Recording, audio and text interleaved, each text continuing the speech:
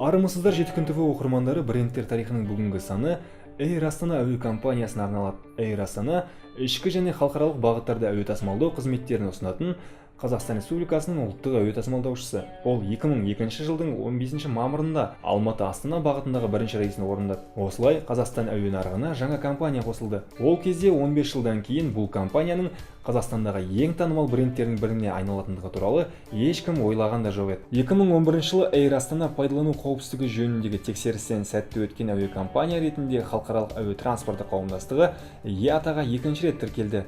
Осы арқылы компания бұл регистрде бар қазақстандық бірден-бір әуе тасымалдаушы болып табылады.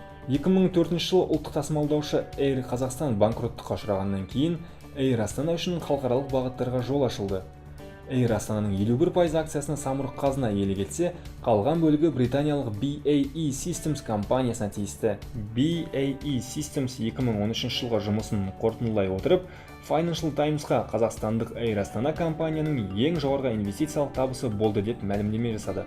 Бүгінде Air Astana паркінде 30-дан астам әуе көлігі бар. Олардың қатарында 27 тонналық Boeing 767-300R, зиянды қалдықтар шығарылу деңгейі барынша төмен Airbus A319 және тағы басқа ұшақтар бар.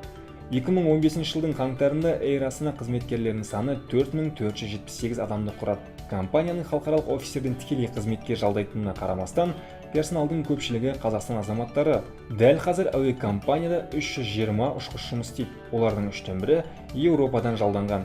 Негізгі әуежайлары Алматы, Астана және Атырау қалаларында орналасқан.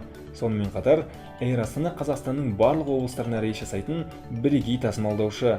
6 МД елдерінен Бишкек, Ташкент, Мәскеу және Баку қалаларына да ұшады. Air Astana'ның халықаралық бағыттары арқылы Амстердам, Абу-Даби, Лондон және Еуропаның басқа танымал қалаларына баруға болады. Air Astana бүгінгі күнде 4 миллионнан астам жолаушыны тасымалдап үлгерді. 2017 жылы Air Astana өзінің 15 жылдығын атап өтіп, тұрақты тұтынушылар үшін көптеген жеңілдіктер жасады. Брендтер тарихының бүгінгі саны осымен тәмам. Air Astana туралы толығырақ мәліметті осы видео астындағы сілтемеден немесе Жеті күн KZ сайтынан оқи аласыздар. Қош, сау болыңыздар.